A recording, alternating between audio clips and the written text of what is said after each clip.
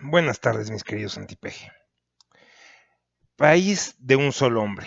México, el país de un solo hombre. El México de Santana es el título general de una obra de 3 volúmenes. La Ronda de los Contrarios se refiere por igual a un tiempo, a un espacio y a un personaje, es decir, los últimos años de la colonia y los primeros años de la independencia, y sobre todo a un personaje, Antonio López de Santana, dueño de aquel tiempo y dueño de aquel espacio. El emperador, del que nadie quisiera acordarse, pero México, ¿cuántas veces ha sido el país de un solo hombre a lo largo de su historia? Durante los tiempos del Imperio Mexica, quien gobernaba sin conceder espacio alguno a ningún tipo de oposición era sin duda el Güey Tlatoani, que solo en ciertos casos era aconsejado por un grupo de ancianos. La palabra Huaytlatoani, que significa el gran gobernante, el gran orador y al mismo tiempo el supremo sacerdote, era irrefutable, a tal extremo que estaba prohibido verlo a los ojos. Así que durante 200 años del Imperio Mexica no existió la democracia.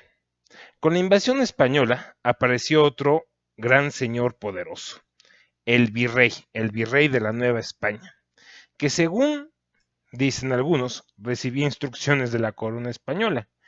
Pero pues en el recorrido en el Atlántico y entre que se decía una cosa y que se decía otra, al final el que tomaba las decisiones en la Nueva España era el virrey. Así que por 300 años de colonización de la Nueva España, pues tampoco existió democracia. Y así llegamos a las 11 veces en las que el emperador Santana estuvo en el poder. De ahí vamos a los casi 14 años que el presidente Benito Juárez, pasando por la guerra de reforma, la invasión francesa y hasta la llegada del porfiriato, fue también el único hombre. Y con el porfiriato, pues ni decir, Porfirio Díaz fue el único hombre. Con la llegada de Porfiriato en México, sigue el mismo país que por 500 años de historia seguía sin cambiar. Un país sin democracia alguna, el país de un solo hombre. Durante el siglo XX, el gobierno de un solo hombre continúa. Durante la salvaje imposición de la diarquía Obregón-Calles, hasta llegar al gobierno de Lázaro Cárdenas, donde por un acuerdo de cúpulas en el país se instala la tan popular dictadura perfecta, presidida obviamente por un solo hombre.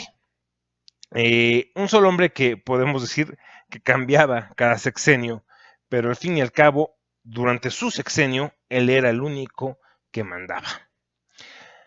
Esta dictadura perfecta llega a su fin hasta 1997, cuando después de tantos años el PRI pierde por primera vez la mayoría en el Congreso de la Unión. Durante el periodo de la alternancia del poder con Vicente Fox y Felipe Calderón, la democracia mexicana parecía evolucionar favorablemente. Todo gracias a que los diferentes partidos políticos parecían discutir los problemas del país por primera vez en el Congreso mexicano. Después, mediante esa misma democracia, el pueblo eligió retirar al PAN de los Pinos para elegir nuevamente al PRI. El país de un solo hombre parecía haber desaparecido. Elegíamos a nuestros gobernantes democráticamente. Y parecía haber desaparecido no solamente de México, también parecía haber desaparecido de la mentalidad de los mexicanos. Parecía que los mexicanos se concentraban en sus propios esfuerzos, en crear un verdadero Estado de Derecho y de garantizar la evolución material, la evolución ética y la evolución cultural del país. Surgen canales en YouTube que empiezan a mostrarle al mundo los grandes logros y el orgullo que tienen los mexicanos por su cultura y su gente.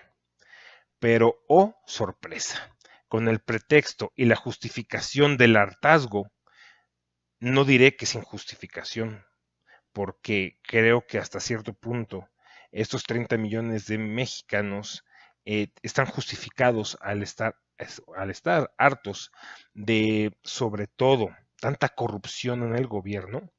El pueblo mexicano fue a las urnas este 1 de julio.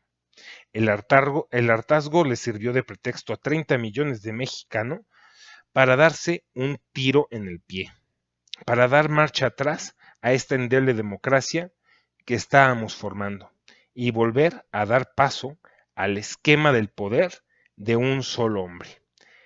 Un esquema del que ya no queríamos acordarnos. Pero las terribles consecuencias que surgieron en México por la falta de una verdadera democracia volverán. Así que los mexicanos votaron por ser gobernados por los estados de ánimo, por las ocurrencias y por las convicciones de un solo individuo, nuevamente. Los mexicanos se dieron un tiro en el pie al votar sin restricciones, sin conocimiento y sin remordimiento alguno por el régimen de un solo hombre que tanto daño ya le había hecho al país. Claro que no sin una justificación.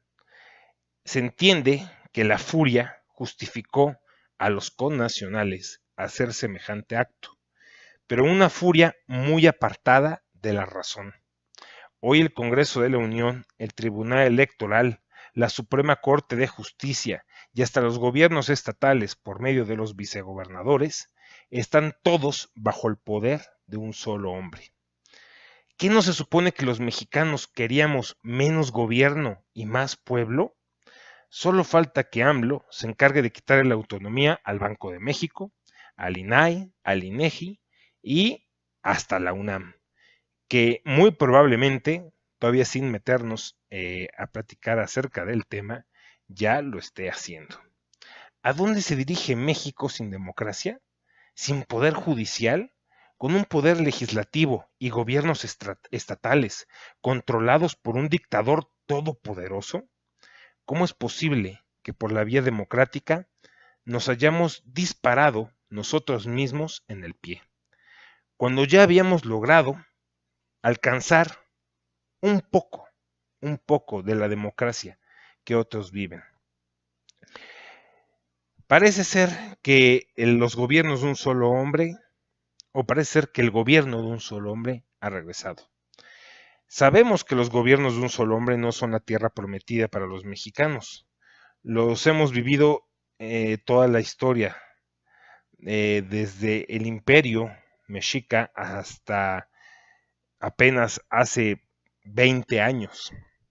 Así que muchos años de esfuerzo y vidas de luchadores sociales se fueron a la borda este 1 de julio, cuando nosotros mismos, los mexicanos, decidimos volver al régimen de el Tlatoani, del gobernador, el virrey todopoderoso que decidirá nuestros destinos. Es todo lo que tengo que decirles. Buenas tardes, cuídense mucho y hasta mañana.